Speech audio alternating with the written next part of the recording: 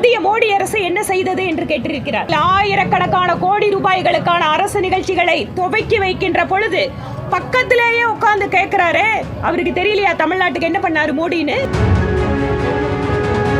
இருக்கிற தென்னை மரத்தை வெட்டி எடுக்கிறதுக்கு 10 கோடி ரூபாய் கொடுக்குறாங்க. இந்த மரத்தை காப்பாத்துறதுக்கு விவசாயிகளுக்கு உதவி பண்ணுங்கன்னு உங்களை நாங்க கேட்கிறோம். முதலமைச்சரே, விவசாயிகளுடைய வாழ்க்கை பற்றி உங்களோட அக்கறை இதுதானவா? நீங்க இன்றைக்கு வாட்ஸ்அப் யூனிவர்சிட்டி போய் பரப்புறாங்க பிஜேபி காரங்கன்னு சொல்றீங்க. இது எல்லாமே திராவிட முன்னேற்ற கழகத்திற்கு சொந்தமானது. ஏனென்றால் பெண்களுக்காக இலவச பஸ் பயணம்னு சொல்றீங்க, ஆனா பஸ் இல்ல. எங்கள சகோதரிகள் இருக்காங்க, பஸ் வருதாமா உங்களுக்கு? கேளுங்க, நான் எதுவும் சொல்லி கொடுக்கல. பஸ் நிக்காது, பொம்பளை பார்த்தா நிக்காதுமா, ஏன்னா இலவசமா கொடுக்கணும்ல, அதனால.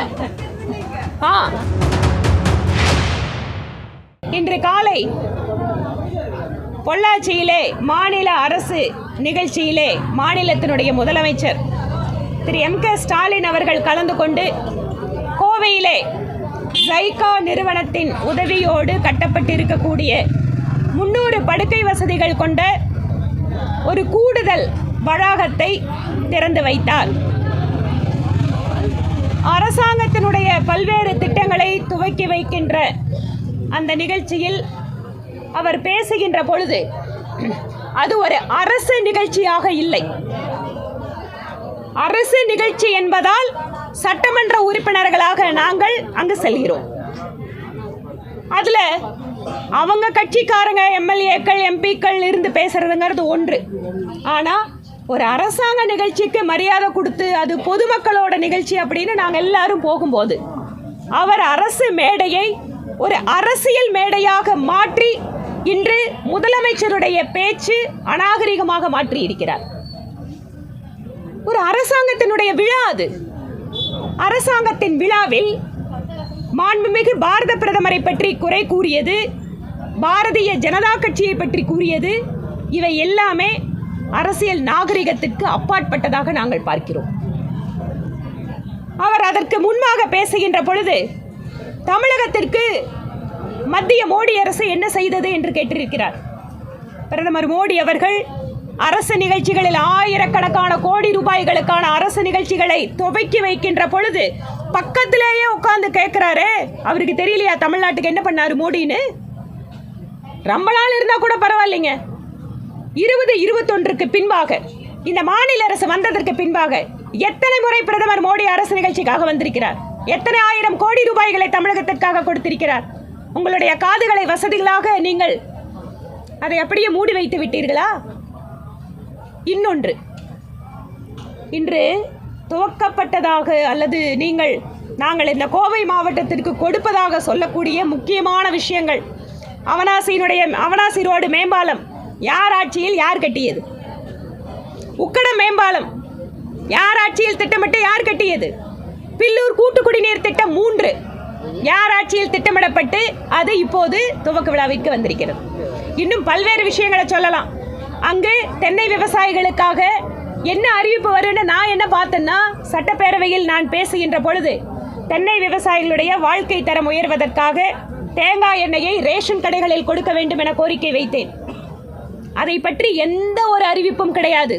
ஆனால் வேர்வாடல் நோய், இலைவாடல் நோய், அது இருக்கிற தென்னை மரத்தை வெட்டி எடுக்கிறதுக்கு 10 கோடி ரூபாய் கொடுக்குறாங்கிறார். அந்த மரத்தை காப்பாத்துறதுக்கு விவசாயிகளுக்கு உதவி பண்ணுங்கன்னு உங்களை நாங்க கேட்கிறோம். ஆனா நீங்க தென்னை மரத்தை வெட்டி போடுறதுக்கு பணம் கொடுக்குறீங்க. மாநிலத்தினுடைய முதலமைச்சரே, விவசாயிகளுடைய வாழ்க்கை பற்றி உங்களோட அக்கறை இதுதானவா? இரண்டாவது, தென்னை மக்கள் அந்த தேங்காய் உற்பத்தி செய்யறது இல்ல தேங்காய் உடைய விற்பனைக்காக மின்னணு வேளாண் சந்தையை இந்த பகுதி விவசாயிகளுக்காக நான் உருவாக்கி கொடுக்கிறேன்னு மாநிலத்தோட முதலமைச்சர் சொல்றாரு. அவர் சொல்கின்ற இந்தியா முழுவதும் ஒரு விவசாயி தன்னுடைய பொருளை விற்பனை செய்கின்ற நாம் என்கின்ற திட்டம் மத்திய அரசு மோடி அவர்களுடைய அரசினுடைய திட்டம். அதை ஏதோ புதிதாக தென்னை மர விவசாயிகளுக்கு பொள்ளாச்சியில் நின்று நான் உங்களுக்கு கொடுக்குறேன்னு சொல்லி பெருமை பேசுறீங்களே மாநிலத்தினுடைய முதலமைச்சர், அது மத்திய அரசினுடைய நாம் திட்டம். இந்த மாதிரி ஒவ்வொன்றா சொல்லலாம். நீங்கள் இன்றைக்கு வாட்ஸ்அப் யூனிவர்சிட்டி போய் பரப்புறாங்க பிஜேபி காரங்கன்னு சொல்கிறீங்க. இந்த பொய் பரப்புறது, வாட்ஸ்அப் யூனிவர்சிட்டி வச்சிருக்கிறது, இது எல்லாமே திராவிட முன்னேற்ற கழகத்திற்கு சொந்தமானது. ஏனென்றால் திராவிட முன்னேற்ற கழகம் ஒவ்வொரு முறையும் தமிழகத்து மக்களிடம் பொய் பேசித்தான். 1967 இருந்து நீங்கள் பொய் பேசி தான் ஆட்சிக்கு வந்திருக்கீங்க. ஆரம்பத்தில் நீங்கள் அரிசி எத்தனை கொடுப்பேன்னு தமிழ்நாட்டு மக்களுக்கு சொன்னீங்க. இன்னைக்கு 3 படி அரிசின்னு சொன்னீங்க. அதுக்கப்புறம் 1 படி அரிசி. நீங்க பொய் பேசி ஆரம்பிச்சது நீங்கள் என்னவெல்லாம் செய்து கொண்டிருக்கிறீர்கள், எப்படியெல்லாம் பொய் பேசுகிறீர்கள் என்பதை ஒவ்வொரு நாளும் மக்கள் பார்த்து கொண்டிருக்கிறார்கள். ஒவ்வொரு முறை மோடி அவர்கள் வருகின்ற பொழுதும் தமிழகத்து மக்கள் உற்சாகமாக, ஆரவாரமாக, அன்போடு அவரை வரவேற்கிறார்கள். அவர் ஒவ்வொரு முறை வரும்போதும் கிளி பிடிச்சு போய் இருக்கிறது திராவிட முன்னேற்ற கழகம். மோடி அவர்கள் எதிராக இருக்கிறார். தமிழ் கலாச்சாரம், தமிழ் பண்பாட்டுக்கு நமக்கு எதிராக இருக்கிறார். தமிழ் மொழியை உலகம் முழுவதும் எடுத்துச் சென்று கொண்டிருப்பவர் பிரதமர் மோடி. தமிழனுடைய அடையாளமான செங்கோலை பாராளுமன்றத்தில் நிறுவி தமிழனுக்கு உயர்ந்த அங்கீகாரம் கொடுத்திருப்பவர், தமிழகத்தினுடைய பண்பாட்டிற்கு உயர்ந்த அங்கீகாரம் கொடுத்திருப்பவர் மோடி அவர்கள். நீங்க தமிழ் மொழியை இன்னைக்கு ஸ்கூல்ல இருக்கிற குழந்தைங்க கூட படிக்க முடியாம பண்ணிட்டு இருக்கீங்க. இன்னைக்கு அதெல்லாம் ஆங்கில மீடியமா மாத்திட்டு இருக்கிறது உங்களோட அரசாங்கத்தோட சாதனை.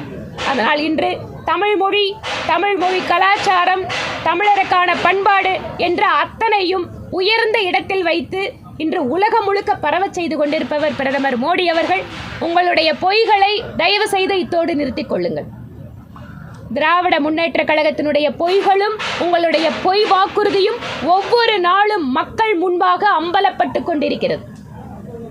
பெண்களுக்காக இலவச பஸ் பயணம்னு சொல்றீங்க, ஆனா பஸ் இல்ல. இதோ எங்கள சகோதரிங்கெல்லாம் இருக்காங்க. பஸ் வருதாமா உங்களுக்கு? கேளுங்க, நான் எதுவும் சொல்லி கொடுக்கல. இதுதான் இன்னைக்கு இருக்கிற நிலைமை. தமிழகத்தினுடைய மக்கள் கடுமையான கோபத்தில் இருக்கிறார்கள். பஸ் நிக்காது, பொம்பளை பார்த்தா நிக்காதுமா, ஏன்னா இலவசமா கொடுக்கணும்ல. அதனால் இம்மாதிரி பொய் வாக்குறுதிகள், பொய் பேசுவது என்பது திராவிட முன்னேற்ற கழகத்தினுடைய கலை.